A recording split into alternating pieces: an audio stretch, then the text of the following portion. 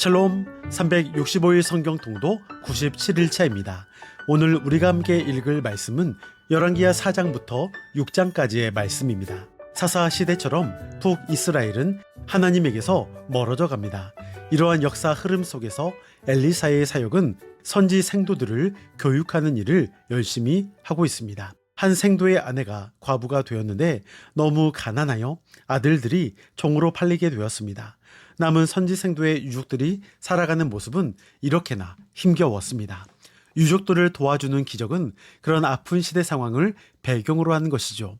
하나님께서 믿음을 지키며 살아가는 이들과 그의 가족들 또한 책임져 주시고 은혜를 베풀어 주신다는 그 사실도 기억해야 할 것입니다. 아람의 군대 장관 나아만이 나병에 걸렸는데 노예로 잡혀온 어린 이스라엘 소녀의 말을 듣고 엘리사를 찾아갑니다. 그런데 엘리사는 문 밖으로 나와 보지도 않고 요단강에 가서 7번 물에 담그라고 합니다. 나아만의 입장에서는 일개의 선지자가 장군인 자신을 맞이하지도 않는 상황에서 특별한 치료 과정도 없이 목욕을 하라는 사실은 무시당한 느낌일 수가 있습니다. 그러나 그 순종의 한 걸음을 지켜야 역사가 일어납니다. 6번 씻을 때까지 아무런 반응이 없다가 7번째 들어갔다 나오니 모든 것이 깨끗하게 나음을 받았습니다. 그런데 주목해야 할 것은 그 이후에 나타난 나아만의 행동입니다. 그가 아람으로 돌아가 여호와께 제사를 지내겠다며 이스라엘의 흙을 가져가게 됩니다. 그리고 엘리사에게 한 가지 부탁이 더 있다고 합니다.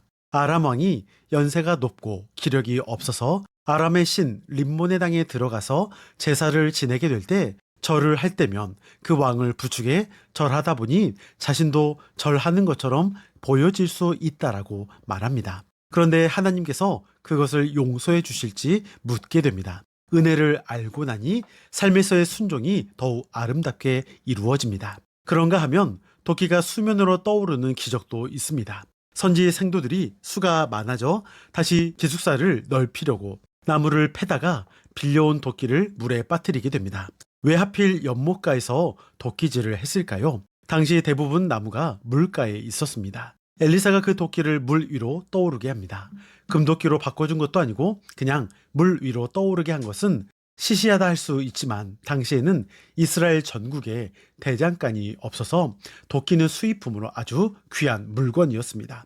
이를 변상할 방법이 없었죠. 오히려 하나님께서 그렇게 사소한 일에도 우리를 돌보시는 것이 감동이라 말할 수 있습니다. 엘리사의 이름은 여호와가 구원이시다입니다. 비록 엘리야가 없지만 하나님은 엘리사를 통해서도 하나님의 구원을 이루어가고 계심을 알 수가 있습니다. 암흑의 시대와 같은 그곳에 비록 엘리야가 없다 하더라도 하나님은 엘리사를 통해 하나님의 역사를 이루어 가신다는 사실이죠. 이제 내용을 기억하면서 열왕기하 4장부터 6장까지의 말씀을 보겠습니다.